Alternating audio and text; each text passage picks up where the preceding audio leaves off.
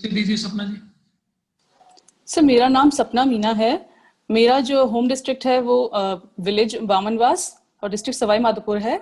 मैंने अपनी 10th और 12th केंद्रीय विद्यालय नंबर 1 जयपुर से करी है और मैंने BTech electronics and communication engineering करी है एक प्राइवेट इंस्टीट्यूट से, जयपुर से ही। और 2014 से मैं ग्रेजुएट हूँ और उसके बाद से ही मैं सिविल सर्विसेज की तैयारी कर रही हूँ। इन बिटवीन मैंने सिविल सर्विस का जो है इंटरव्यू दिया था आईएएस का इन 2017। अच्छा, किसके बोर्ड में? सर विनय मित्तल सर का बोर्ड था। Okay okay.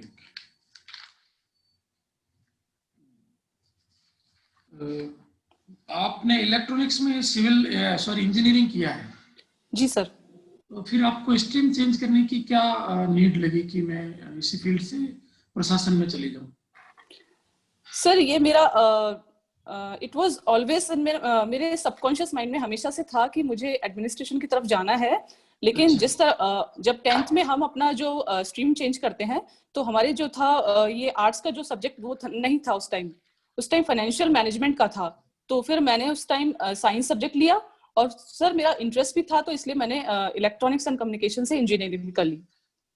फिर उसके बाद जैसे ही ग्रेजुअली जैसे जैसे मैं लोगों के कांटेक्ट में आई और मैंने इस काम के बारे में जाना कि ये कितना प्रभाव समाज पे छोड़ती है, तो इसने मुझे सर अपनी तरफ बहुत आकर्षित किया। इसलिए मैंने इस सिविल सेवा में जाने का सोचा सर। ओके, तो इस इंजीनियरिंग का अब आपके प्रशासन में क्या उपयोग होगा? सर जैसा कि हम देख सकते हैं कि हमारा जो सरकार है वो मिनिमम गवर्नमेंट और मैक्सिमम गवर्नेंस की तरफ काम कर रही है और हम जो है सब कुछ डिजिटली करने की तरफ जा रहे हैं। तो मैं अपनी इलेक्ट्रॉनिक्स की पढ़ाई और जो मैंने वहाँ पे सीखा है वो यहाँ पे इम्प्लीमेंट करके जो भी सरकारी योजनाएं हैं उनको अच्छे से कार्यान्वित कर सकती हूँ। गुड। चलिए कुछ एथिक्स से कुछ क्वेश्चन पूछ लेते हैं। आपने उपयोगितावाद पढ़ा है? जी सर। बताएं क्या होता है? सर यूटिलिटेरियन जो है सर एक मिनट में सोच इजी हो जाइए। पहले जैसे आप वहां भी जाएंगे तो वो लोग बहुत सपोर्टिव होते हैं, बिल्कुल आराम से। जी सर। हाँ सर फिलहाल मैं याद नहीं कर पा रही हूँ, नहीं तो मैंने पढ़ा जरूर है इसको सर। Okay okay. अच्छा, इसमें कौन से लेखक हैं, कौन से दार्शनिक इस उपयोगितावाद की बात करते हैं? सर मैं गैस कर सकती हूँ। हटन ने यूटिलिटेरियनिज्म का कॉन्सेप्ट दिया था सर, उपयोगितावाद का। ओके। आपने मिल और बेंथम के बारे में पढ़ा है? जी सर पढ़ा है। ओके। अच्छा, गांधी का सर्वोदय भी होता है, वो क्या होता है? जी सर। सर गांधी जी के सर्वोदय का मतलब है कि समाज का जो डाउन ट्रोडन सेक्शन है उसको भी उसके लिए भी काम करना सर, उसको भी ऊंचा उठाना, बाकी जो समाज के ऊपर लेवल के लोग हैं उनके साथ लाकर उनको खड़ा करना, सबका विकास करना। ओके, तब तो आप बता सकते हो इन दोनों क्या डिफरेंस है? सर दोनों में दूसरा कौन सा है सर? उपयोगितावाद में बता देता हूँ आपको। अधिकतम व्यक्तियों का हाँ सर। थैंक यू बताइए। सर। सर उपयोगितावाद जो है उसमें वो मीन्स की बात नहीं करते हैं, वो रिजल्ट्स की बात करते हैं कि रिजल्ट्स अगर अच्छे हो जहाँ पे मैक्सिमम लोगों को फायदा हो रहा हो तो वो अच्छा है कॉन्सेप्ट। लेकिन जो सर्वोदय है वो मीन्स की भी बात करता है कि आपको अपने रिजल्ट्स के साथ साथ अपने मीन्स को भी अच्छा रखना पड़ेगा। ओके। आपने आज का अखबार पढ़ा है? जी सर। आज एक न्यूज है कि सीएम ने कैबिनेट की मीटिंग बुलाई है। जी सर। क्या किस संदर्भ में है वो? सॉरी सर मैं इस न्यूज को फॉलो नहीं कर पाई, लेकिन मैं आइडिया लगा सकती हूँ कि सीएम सर ने जो है अपने विधायक लोगों से मीटिंग करने के लिए ये मीटिंग बुलाई होगी, क्योंकि कुछ दिनों से उनका स्टेटमेंट था कि जो विपक्ष की पार्टी है वो हमारी सरकार गिराने की कोशिश कर रही है। Okay right. अच्छा ये बताएं कि उन्होंने मंत्रिमंडल को कॉल किया है, तो मंत्रिमंडल और मंत्री परिषद में क्या डिफरेंस होता है? जी sir. Council of ministers. Yes sir, cabinet एक स्मॉलर यूनिट है और काउंसिल ऑफ मिनिस्टर जो है एक बड़ी यूनिट है सर। तो जो हाँ, मेन मुद्दे जो होते हैं वो कैबिनेट ही लेती है, मेन डिसीजन जो लेने होते हैं सरकार के नीतियों के ध्यान में रखते हुए वो कैबिनेट लेती है। ओके।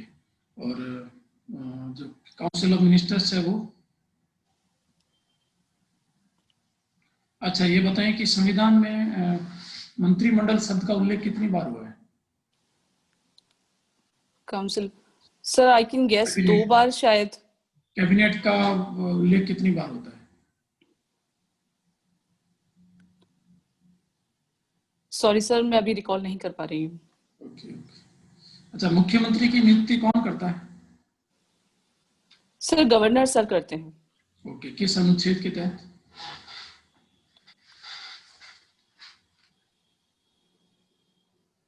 सॉरी सर, मैं अभी रिकॉल नहीं कर पा रही हूँ। ओके ओके, ठीक है। चलिए, जयपुर और सवाई माधोपुर 2 जगह से आपका लिंक है। जी सर। माधोपुर का क्षेत्रफल बता सकते हैं?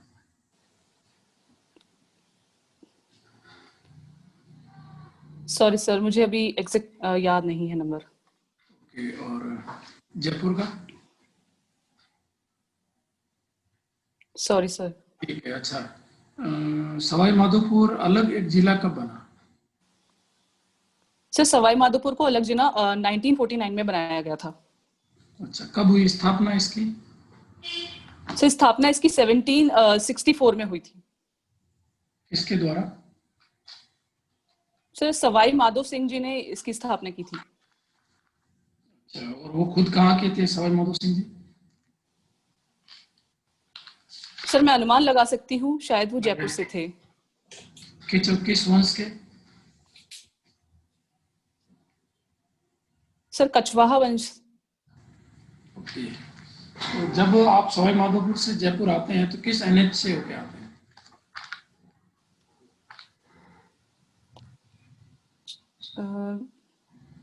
Sir NH11। कंफर्म हो आप? सर मैं कंफर्म नहीं हूं पर शायद।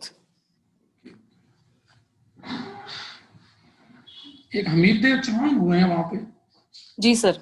बता सकते हैं उनके बारे में? जी सर, हमीरदेव चौहान वहाँ के शासक रह चुके हैं, रणथंभौर के। और जो हम राजस्थान के इतिहास में जो पहला जल जौहर जो सुनते हैं वो भी उन्हीं का कार्यकाल में हुआ था, रानी रंगा देवी के द्वारा, जो इकलौता जल जौहर था। अच्छा, किस तालाब पे हुआ था ये? सॉरी सर, मैं तालाब का नाम रिकॉल नहीं कर पा रही। ओके ओके, कब हुआ था ये और कारण क्या था, किसका आक्रमण हुआ?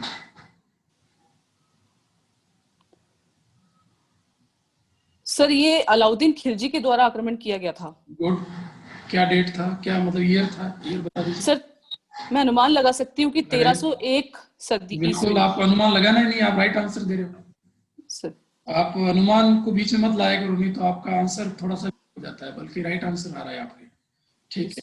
अच्छा ये बताएं कि एक वो प्रयाग है आपके वहां जहाँ 3 नदियां मिलती है सवाई माधोपुर में, जी सर। स्थान है जिसको, उसको क्या कहते हैं? जी कौन सी? उस स्थान को रामेश्वरम के नाम से जाना जाता है, राइट, जहाँ हाँ, पर चंबल, बनास और सीप नदियां मिलती हैं। गुड। और ये वहां पे कौन सा मेला, जो एक मेला भरता है वो कब भरता है? सॉरी सर, मैं उसकी तिथि याद नहीं कर पा रही हूँ। ओके ओके, ठीक है। चाहिए, आपके वहां का कौन सा दुर्ग है जो यूनेस्को की विश्व सांस्कृतिक धरोहर सूची में शामिल है? सर रणथंभौर का दुर्ग है। और बताएं, जी सर। रणथंभौर के दुर्ग के बारे में बताइए। जी सर। सर फिलहाल मैं याद नहीं कर पा रही हूँ उसकी हिस्ट्री। ओके ओके ओके, ठीक है। अच्छा, एक रणथंभौर राष्ट्रीय उद्यान भी है आपके वहाँ, जी सर। बताएं। सर 1972 की जो बाघ परियोजना आई थी उसके तहत इसको बाघ अभ्यारण्य घोषित किया गया था। और उसके बाद 1975 सर, मैं कंफर्म नहीं हूँ, इसको जो है वर्ल्ड हेरिटेज साइट घोषित किया गया था sir. Sir I am not sure, sir 1 second. ये अच्छा, चलिए जयपुर के बारे में बताएं। जयपुर की स्थापना कब हुई है? जी सर। सर 1727 में जयपुर की स्थापना हुई है, और राजा जो थे सवाई जयसिंह द्वितीय, उन्होंने इसकी स्थापना की। अच्छा, सवाई जय सिंह द्वितीय, ओके। और कब? 1727 में, ठीक है। जी प्लान किसने किया है पूरा? सर, इसका जो प्लान था वो विद्याधर जी ने, पंडित विद्याधर जी ने तैयार किया था। ओके। जी सर। वीडियो बंद करिए, कौन है? अपना वीडियो ऑफ कर दीजिए, जब मैं कहूँ तब ऑन करें। अच्छा अच्छा, इसको गुलाबी रंग कब रंगवाया गया था, गुलाबी रंग से? जी सर। सर सर जब प्रिंस ऑफ एल्बर्ट आए थे तो उनके आतिथ्य में पूरी जो जयपुर का रंग था वो गुलाबी रंग से करवाया गया था, जो सवाई राजा राम सिंह के शासनकाल में हुआ। गुड, ठीक है जी। राजेश सर। जी sir. Sapna ji. Sir good afternoon sir. Good afternoon. आपकी हॉबी है मूवीज देखना। जी सर। भारत में सिनेमा का इतिहास बताएंगे आप? जी सर। सर बताइए। भारत में पहली मूवी जो है वो 1913 में बनी थी, और उस मूवी का नाम था राजा हरिश्चंद्र करके कुछ उस मूवी का नाम था, जिसके जो मूवी उनके दादा साहिब के द्वारा बनाई गई थी सर। ये पहली साइलेंट मूवी थी। अच्छा, और कोई जी सर। साइलेंट मूवी बता सकते हैं आप भारत में? सॉरी सर, मैंने अभी इसी के बारे में पढ़ा था।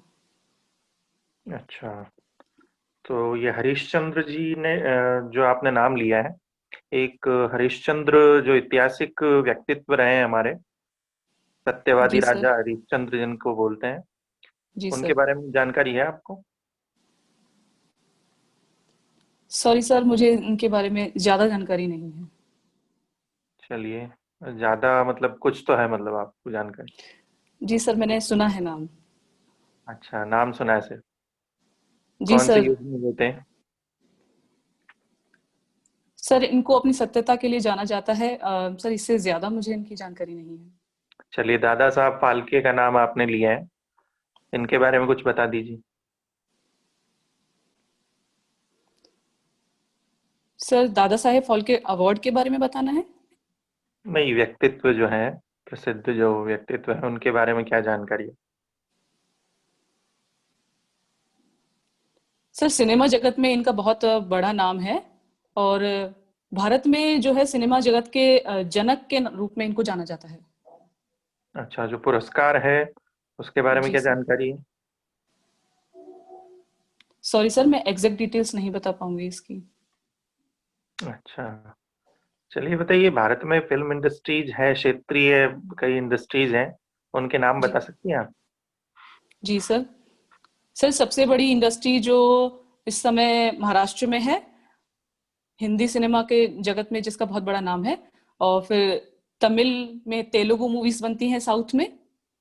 उनका नाम बताएंगे, क्या बोलते हैं? जैसे बॉलीवुड आपने बता दिया।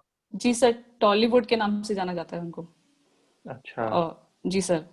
और और सर क्षेत्रीय सिनेमा में तो हर रीजन का नाम आता है लगभग। बंगाली मूवीज बनती हैं, नॉर्थ ईस्टर्न में असमिया मूवीज बनती हैं, इस तरह से सर। बंगाली फिल्म इंडस्ट्री को क्या बोलते हैं? सॉरी सर, मुझे इसका नाम नहीं पता।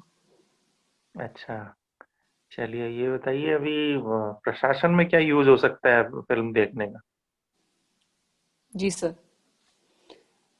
सर फिल्में जो है समाज का आईना होती हैं। जो समाज में हो रहा होता है वो फिल्मों में दिखाया जाता है, और कुछ हद तक समाज जो है फिल्मों से सीखता है सर।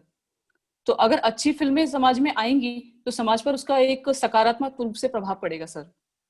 सर तो वो तो एडमिनिस्ट्रेशन में बिल्कुल यूज करेगा, यूज में आएगा सर। अच्छा, हाल ही में कौन सी मूवी देखी है आपने?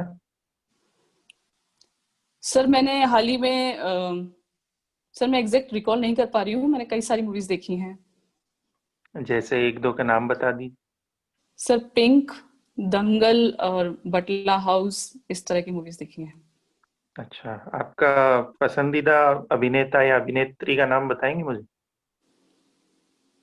सर मुझे कई सारे अभिनेता और अभिनेत्रियां पसंद हैं, और इनमें से अगर मैं विशेष तौर पर नाम लूं तो मुझे इरफान खान की मूवी ज्यादा अच्छी लगती थी, जिनका भी इस साल निधन हो गया सर, जो जयपुर से थे।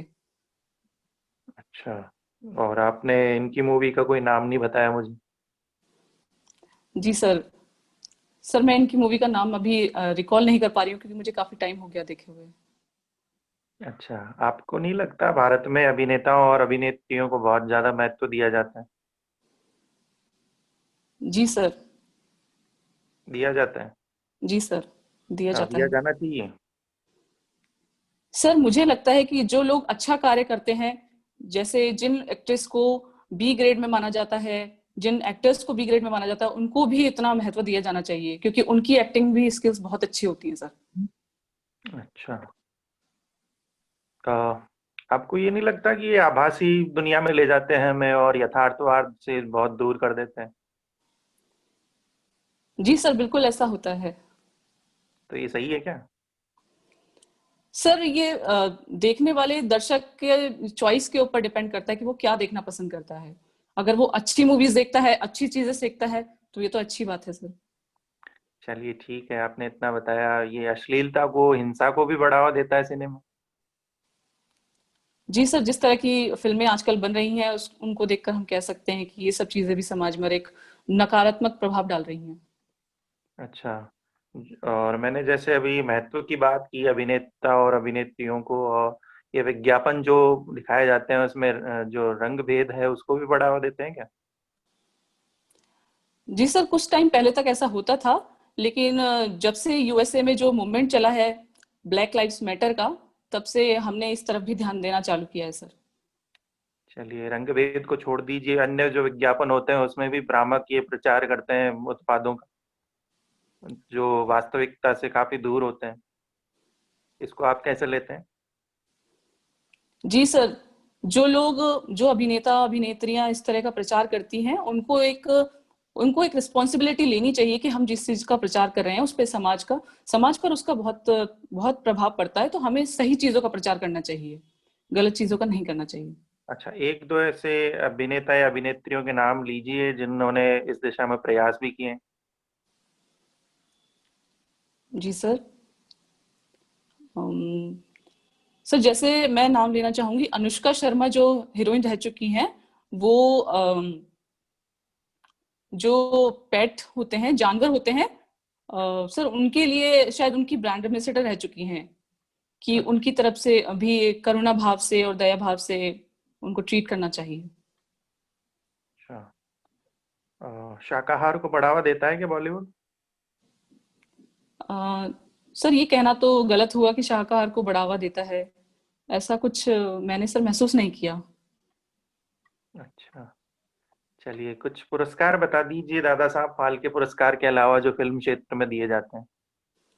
जी सर, सबसे बड़ा जिस अवार्ड को माना जाता है सर, ऑस्कर दिया जाता है मूवीज को। फिर उसके बाद में नेशनल लेवल पे फिल्म अवार्ड्स दिए जाते हैं, फिल्म फेयर अवार्ड्स दिए जाते हैं। और सर बाकी रीजनल अवार्ड्स भी होते हैं, जिनके नाम अभी मैं रिकॉल नहीं कर पा रही हूँ सर। अच्छा, चलिए जो सिनेमा का पर्दा होता है जिसको अपन स्क्रीन बोलते हैं, उसमें जी किसका सर। यूज होता है उस पर्दे के निर्माण में? सॉरी सर, इसकी जानकारी नहीं है मुझे। अच्छा, अ, ये बताइए भारतीय अर्थव्यवस्था में सिनेमा का क्या योगदान है? जी सर। सर भारतीय अर्थव्यवस्था में सिनेमा का बहुत बड़ा योगदान है, पर जो मैं चीज इसकी पॉइंट आउट करना चाहूंगी वो ये है कि इससे रीजनल डिस्पैरिटीज बढ़ रही हैं, जो सारा जितना भी इकोनॉमी हमारी महाराष्ट्र में ही सिमट कर रह गई है। तो मैं चाहती हूँ कि मैं ऐसा सोचती हूँ कि बाकी रीजन्स में भी इसका डेवलपमेंट होना चाहिए, ताकि जो डेवलपमेंट है उसको इक्वली डिवाइड किया जा सके। अच्छा, इस दिशा में एक प्रयास हाल ही में हुआ है, जी सर। बताइए उसके बारे में। सर यूपी गवर्नमेंट के सीएम ने इस बारे में बात कही है कि लखनऊ में भी वो इस तरह का जो सेटअप है, जो सिनेमा जगत को वहां पे स्टैब्लिश करेंगे सर। अच्छा, यूपी में कहाँ पर? सर लखनऊ में। अच्छा, लखनऊ ही या आसपास का कोई और एरिया है? सर फिलहाल मैं शायद लखनऊ ही रिकॉल कर पा रही हूँ। अच्छा, आपने बीटेक किया है जी सर। इलेक्ट्रॉनिक्स और कम्युनिकेशन में। जी सर। चलिए बताइए, प्राचीन भारत में जब कम्युनिकेशन के अभी जैसे बहुत सारे सोर्सेज हैं, प्राचीन भारत में क्या जी सर। सोर्सेज रहे होंगे कम्युनिकेशन के? सर अगर मैं आदिम काल से बात करूं तो पहला जो सोर्स कम्युनिकेशन का रहा होगा वो सर अग्नि ही रहा होगा, आग ही रहा होगा। फिर उसके बाद में सर धीरे धीरे इशारों से, और फिर सर धीरे धीरे फिर कबूतरों के माध्यम से जो चिट्ठी पत्री भेजी जाती है सर, उस तरह से कम्युनिकेशन होता था।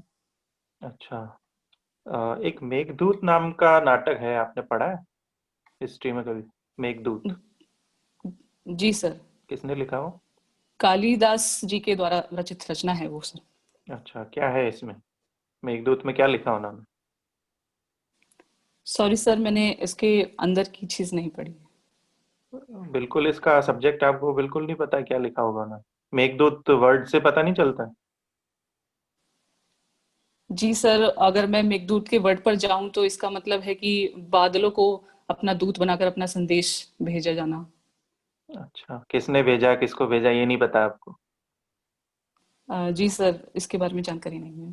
चलिए, लास्ट क्वेश्चन मेरा। कालिदास की रचनाओं के नाम बता दीजिए। आपने जैसे मेघदूत तक की आपको जानकारी है, इसके अलावा क्या क्या लिखा कालिदास ने? सर उन्होंने अभिज्ञान शाकुंतलम लिखा है, और मेघदूत, और सर इसके अलावा मुझे अभी याद नहीं आ रहा है। अच्छा, ठीक है, धन्यवाद। जी Lalit sir. Thank you sir. जी अतुल सर। हाँ, तो नौ को बताना है ना? ठीक है, ठीक है, ठीक है। हाँ,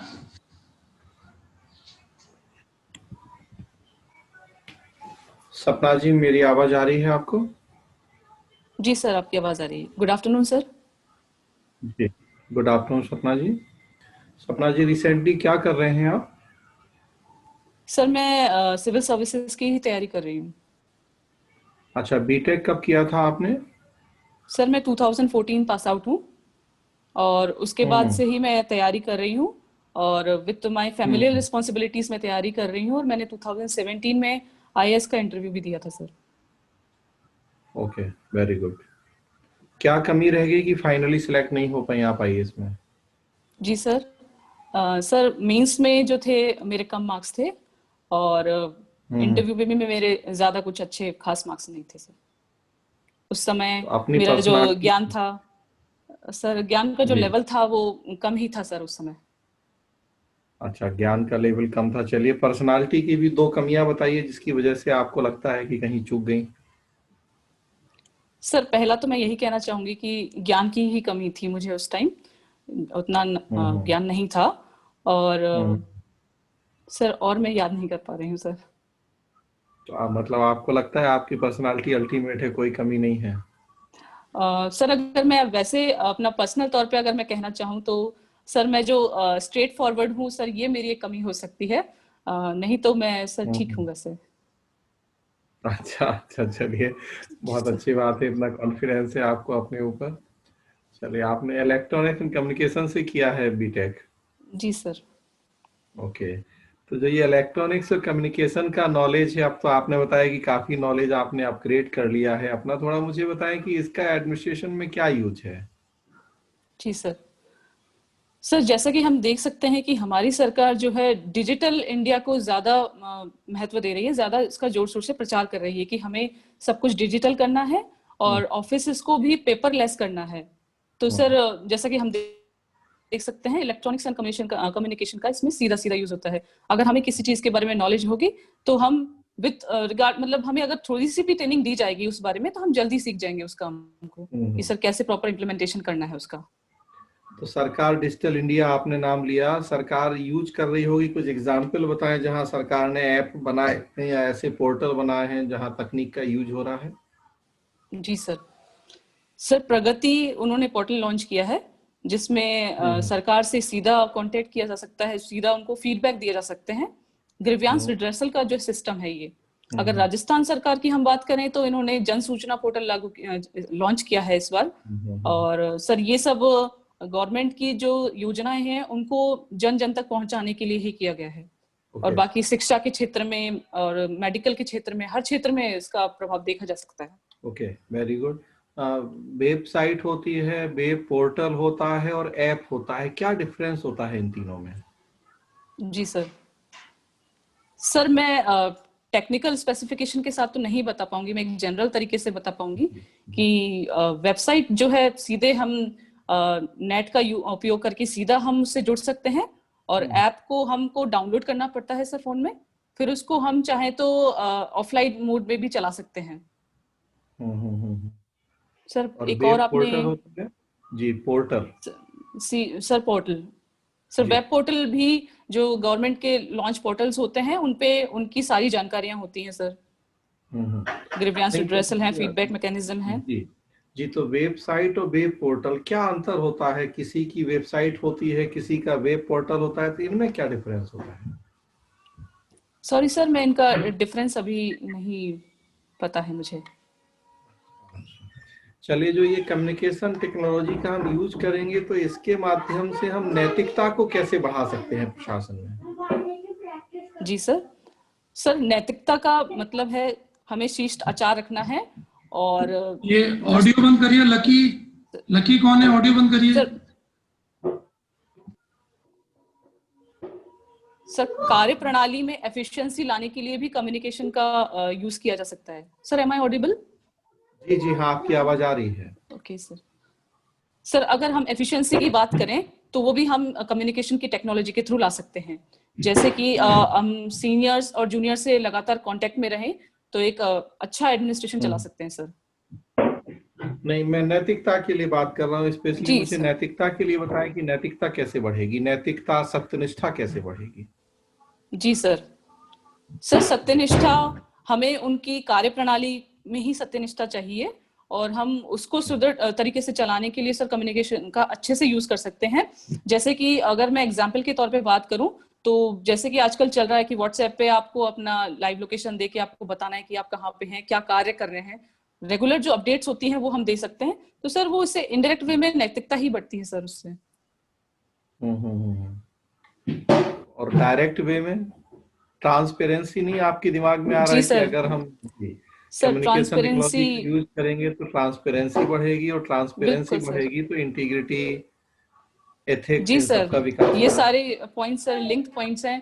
ट्रांसपेरेंसी, अकाउंटेबिलिटी सर ये सब बढ़ेंगे हमसे।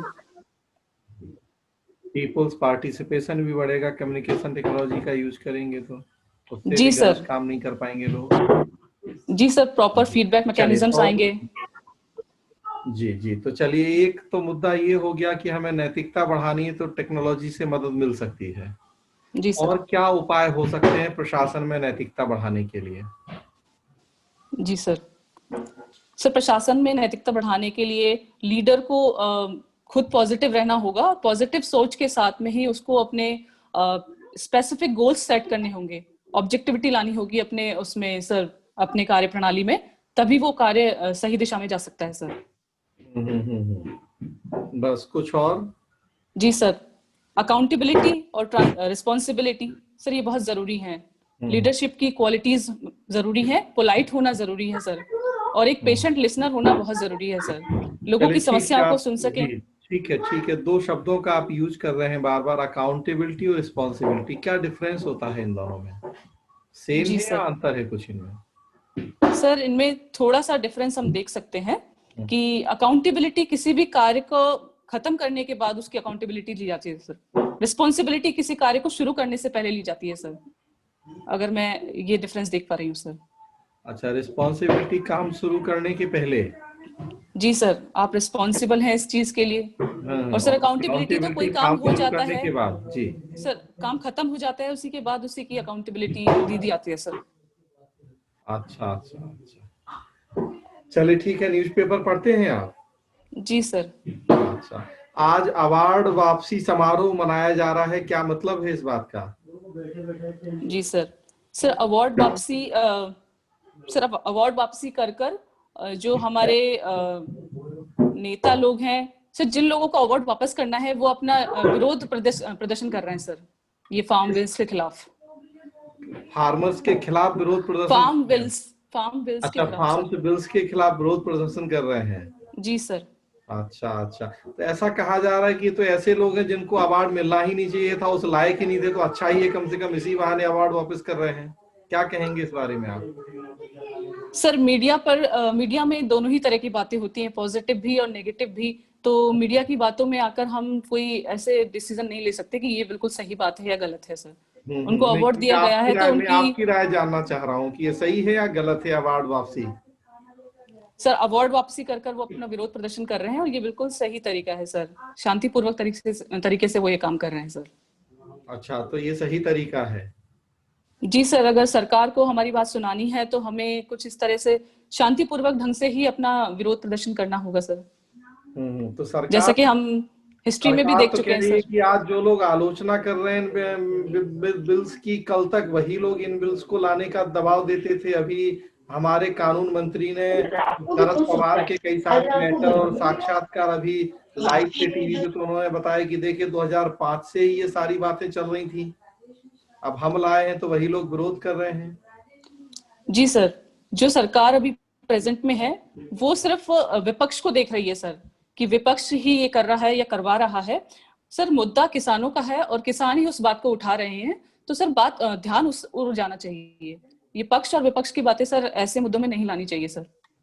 नहीं, तो कहा तो यही जा रहा है ना, केवल पंजाब के किसान मेनली आंदोलन कर रहे हैं और पंजाब के किसान बेसिकली आंदोलन नहीं कर रहे, वहां की सरकार उन्हें आगे करके मुखौटा बना के आंदोलन करवा रही है, क्योंकि विपक्ष के पास कोई मुद्दे ही नहीं है सरकार को घेरने के लिए।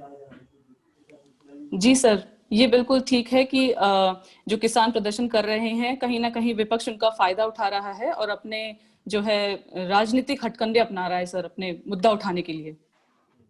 तो किसान तो केवल बलि का बकरा बन रहे हैं ना, मोहरा बनाया जा रहा है। वास्तव में तो कानूनों में ऐसा कोई मुद्दा नहीं है कि जिसका विरोध होना चाहिए। जी नहीं सर, मुद्दा है। उनको श्योरिटी नहीं है कि एमएसपी का कहीं भी प्रोविजन उस बिल्स में नहीं है, तो इस बात से वो सर संदेह की स्थिति में आते हैं सर ये बिल्स। आज तक और इसी चीज का जी, तो आज तक कानूनन कहीं भी एमएसपी के लिए प्रावधान नहीं है, तो अब अचानक क्या कि अब कानूनन चाहिए हमें एमएसपी? अभी तक भी नहीं था। सर कहीं ना कहीं हम इस चीज को इस तरह भी देख सकते हैं कि जिस तरह से आजकल टेक्नोलॉजीज बढ़ गई हैं, फेसबुक का हो गया या कुछ भी हम सोशल अकाउंट्स पे देख लें, तो लोगों की भीड़ इकट्ठा करना सर कोई बड़ी बात नहीं हो आजकल। तो सर इसलिए चीजों का प्रचार प्रसार भी ज्यादा हो रहा है सर, अगर हम पहले के मुकाबले में देखें इस चीज को तो। अच्छा, नहीं, मैंने ये पूछा कि एमएसपी अभी तक भी कानून में कहीं प्रावधान नहीं था, अब अचानक कानून चाहिए, ये क्या मामला है? थोड़ा इसको समझाइए मुझे। सर किसान बस अपनी एमएसपी की और बाकी जो कॉन्ट्रैक्ट फार्मिंग के रिगार्ड उनके जो परेशानियां हैं सर, उनका भी सॉर्ट आउट चाहता है सर। उनका भी सोल्यूशन चाहता है। चलिए, कॉन्ट्रैक्ट फार्मिंग आपने नाम लिया, एक कोऑपरेटिव फार्मिंग का भी कॉन्सेप्ट आजकल उसी संदर्भ में चर्चा में है। ये कोऑपरेटिव फार्मिंग क्या होती है? सर कोऑपरेटिव फार्मिंग को हम इस तरह से देख सकते हैं कि भारत में अधिकांश जो किसान है वो छोटे और लघु सीमांत टाइप के ही हैं। तो अगर हम जो है किसानों का एक समूह बनाएं और जैसे उपकरण वगैरह खरीदने में एक पूंजी इकट्ठा करें, तो उससे सर सबको एक सामूहिक फायदा होगा सर। उसी चीज को कलेक्टिव फार्मिंग भी कह सकते हैं सर। तो कहाँ हो रहा है इस तरह का कॉन्सेप्ट प्रचलित हमारे देश में? सर मैं इस चीज को अभी याद नहीं कर पा रही हूँ। शायद ये टेक्नोलॉजी सर जापान में है, मुझे सर एग्जैक्ट याद नहीं आ रहा है इस चीज का नाम। अच्छा, चलिए, किस देश ने वैक्सीनेशन शुरू कर दिया है? सर अभी मॉस्को में वैक्सीनेशन दी जाएगी सर, स्पुतनिक 5 हो गया है जी। और सॉरी सर, मुझे इसका ध्यान नहीं है। अच्छा, 10 तारीख से कहाँ शुरू होने वाला है? सॉरी सर, मुझे अभी इसकी जानकारी नहीं है। अच्छा, फाइजर क्या है, थोड़ा बताएंगे इसके बारे में? जी सर, फाइजर जो है यूएस की कंपनी की दवाई है सर। अच्छा, ये कंपनी का नाम है फाइजर या दवाई का नाम है? सर कंपनी का नाम है फाइजर। अच्छा, तो ये कंपनी कह रही है कि भारत में भी हमें आपातकाल में उस वैक्सीन के यूज करने की अनुमति दी जाए। थोड़ा मैं ये जानना चाह रहा हूँ, ये मामला क्या है? सर आप क्वेश्चन रिपीट कर देंगे? फाइजर ने अनुमति मांगी है अमेरिका में ही कि भारत में भी आपातकाल में उनके वैक्सीन को यूज करने की अनुमति दी जाए। जी सर। क्या मैटर है ये? सर फाइजर अपने जो है 3rd ट्रायल पूरे कर चुका है और उसके बाद में ही यह अनुमति मांग रहा है कि सर लोगों में इसको लगाने की अनुमति दी जाए। लेकिन भारत में सरकार तो अनुमति नहीं दे रही है, क्यों? भारत सरकार को क्या आपत्ति है? सर क्योंकि भारत सरकार ने पहले भी 3 अनुबंध कर रखे हैं जिसमें सर मैं एग्जैक्ट रिकॉल नहीं कर पा रही हूँ, 500 मिलियन डोजेज किसी कंपनी से सर खरीदने की अनुबंध कर चुकी है वो। सर कल के ही पेपर में था, मैं एग्जैक्ट याद नहीं कर पा रही हूँ। 1.5 बिलियन जो है डोजेस उन्होंने खरीदने का तय कर लिया है सर। ओके, ठीक है, चलिए, thank you. Thank you sir. जी जी राजेश सर।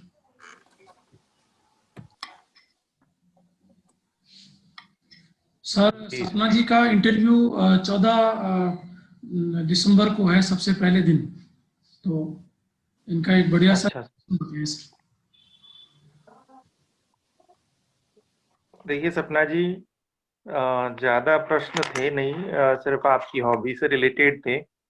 और उसमें अभी हाल ही में आपने कौन सी मूवीज देखी, तो आप श्योर नहीं थे कि मैंने कौन सी हाल ही में बहुत सारी मूवीज देखी। एक तो आपकी फेवरेट मूवी होनी चाहिए जितनी भी आपने देखी हो आज तक, ठीक है? जी सर।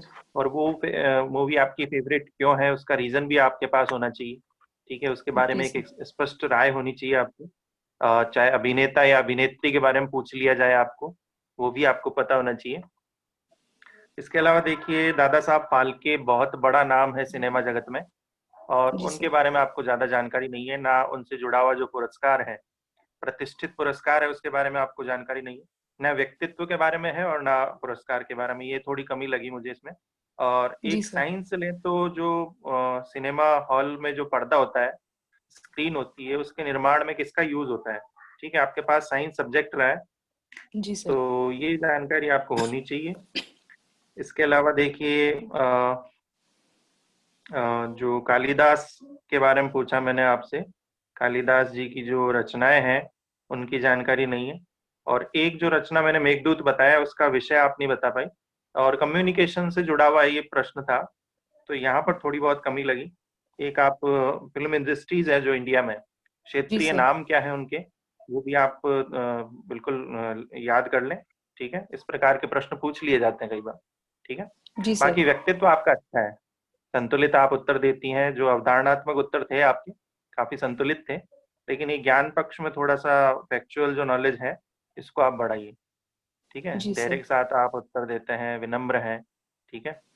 तो ये व्यक्तित्व अच्छा है आपका, सिर्फ ज्ञान पक्ष थोड़ा मजबूत कीजिए आप, ठीक है? जी सर, थैंक यू सर। शुभकामनाएं। Thank you sir. जी सर।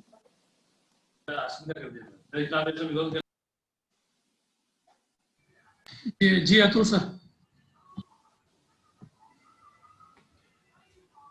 जी सपना जी, ओवरऑल अच्छा है, लेकिन थोड़ा सा जो किसान बिल वगैरह करंट इश्यूज हैं, इन पे थोड़ा सा नॉलेज भी बढ़ाइए और अपनी एक स्पष्ट राय भी विकसित कीजिए। जी सर। उनके जवाब आप सही तरीके से नहीं दे पा रहे थे कि एमएसपी अब तक कानून में नहीं है, अब क्यों कानून चाहिए है, क्या किसानों की डिमांड है या जो भी। तो जो ये इस तरह के रिसेंट इश्यूज हैं, इनको अच्छे से पढ़िए, एक अपना भी व्यू उसमें डेवलप कीजिए, पक्ष क्या है, विपक्ष क्या है, और अगर आपका अपना व्यू पूछा जाता है तो वो क्या है। जी सर। ठीक है, तो इस तरह के जो डिबेटेबल इश्यूज हैं उन पे एक आपको अपनी राय भी होनी जरूरी है, और उनका पक्ष विपक्ष क्लियर पता होना जरूरी है। बाकी ओवरऑल बढ़िया है आपका, तो कब जब इंटरव्यू है आपका उस हिसाब से कीजिए, तैयारी कीजिए। जी सर, थैंक यू सर। जी सपना जी, शुरू में लगा कि थोड़ा आप घबरा रहे हो आंसर देते हुए। जी सर। फिर बाद में आप बैलेंस हो गए थे, आपने संतुलन बना लिया था, और थोड़ा सा जो पर्सनालिटी पार्ट में आपके जो शब्द चयन है, भाषा शैली है और बॉडी लैंग्वेज है, बढ़िया है, इसमें कोई कमी नजर नहीं आ रही है। और नॉलेज पार्ट हम देखें तो आपको प्रशासनिक नीति शास्त्र आप देख सकते हैं, अभी समय है अपने पास में। जी सर। एक जो पॉलिटी के जो वर्तमान मुद्दे चल रहे हैं, उन मुद्दों से संबंधित जो अनुच्छेद बनते हैं वो आने चाहिए। जैसे सीएम या राज्यपाल या ये पूछ लेते हैं, बहुत बेसिक चीज है। जी सर। थोड़ा आप ध्यान दें। और आप सवाई माधोपुर और जयपुर दोनों से संबंध रहा है, तो दोनों जिलों की पूरी जानकारी के साथ ही राजस्थान का आर्ट कल्चर, इतिहास की प्रमुख घटनाएं, कोई और करंट इश्यूज की जो घटना हुआ है, ये सारा आपको पता होना चाहिए।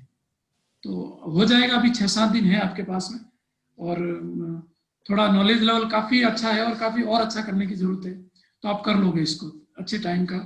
और बाकी लोग 14 को दे रहे हैं, सबकी एक जैसी स्थिति है, तो आपको ये सोच के बिल्कुल भी घबराना नहीं है कि अब क्या होगा, 14 तारीख तो आ गई। जी सर। है ना, तो आप पॉजिटिवली इसको करें। वैसे आज का जो परसेंटेज काउंट करें तो आप 70 के आसपास हो, 65 to 70। तो थैंक यू सर। अब इसको आपको 70 to 80 ले जाना है, ताकि वहां ज्यादा डिफरेंस आएगा तो 5-10% का फर्क आ सकता है। तो अगर आप 80% जाते हैं और 70% भी परफॉर्म करते हैं तो आपके लिए बेहतर होगा, बहुत अच्छा जाएगा। Thank you sir. ऐसे आई होप कि अब हम आप एक RS अधिकारी सपना जी से मिले अगली बार। Sir hope so sir. Okay, all the best. Thank you sir.